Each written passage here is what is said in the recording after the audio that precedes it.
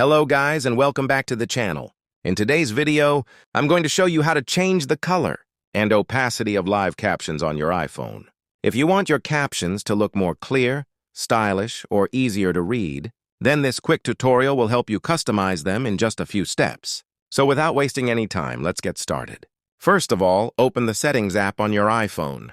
Now scroll down and tap on Accessibility.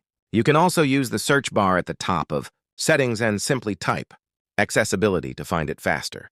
Once you are inside Accessibility, scroll down again until you find Live Captions and tap on it. Here, make sure Live Captions are turned on. After that, tap on Appearance.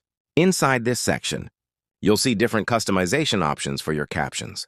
From here, you can change the text color, background color, and also adjust the opacity to make the captions more transparent or more visible depending on your preference. You can try different combinations and instantly see how the captions will look on your screen.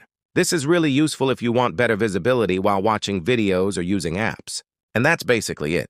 That's how you can easily change live caption color and opacity on your iPhone. If this video helped you, don't forget to leave a like, subscribe to the channel, and turn on notifications for more simple iPhone tutorials like this one. Thanks for watching, and I'll see you in the next video.